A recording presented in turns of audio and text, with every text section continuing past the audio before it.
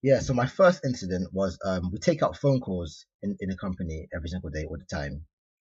So one time I had this interviewee, and at the beginning of each survey we must tell them how long it will take. So I told him it will take 10 to 15 minutes, and he agreed. And everything went well. I was asking the questions, he was answering.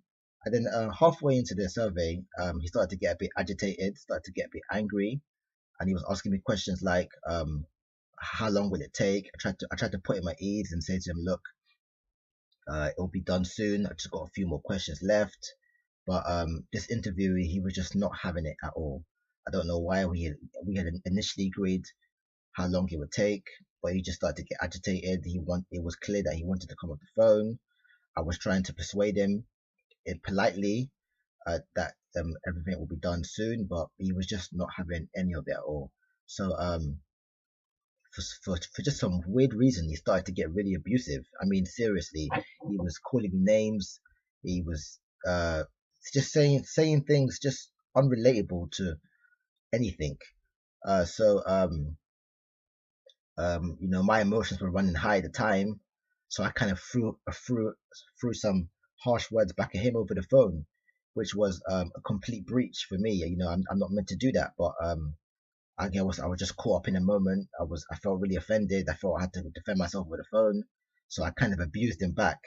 And at the time, my line manager was actually monitoring me at the time, so he heard everything, and I had to be briefed again on how to speak to interviewees. I was vigorously told off and shown um, how to um, how to speak to such interviewees again. One thing I've learned from the situation now is that when interviewees are abusive, you are allowed to just shut the phone down completely. That was one thing I didn't know. I was told that right after. Apparently, we had been briefed on it, but I don't recall that. So uh, after during the briefing, we were told that at all times we need to be speaking to our interviewees with politeness, kindly, with ease, and not try to agitate them at all. Which which was more or less common sense for me, but we were trained a bit more into detail in terms of how we should speak to them, and what kind of things we should say, and what to avoid.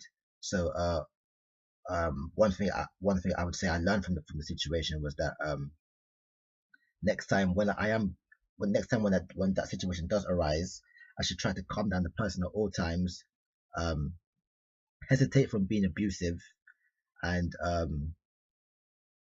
just try to keep the person focused on the survey. And if I can't do that, then I am allowed to terminate the phone call.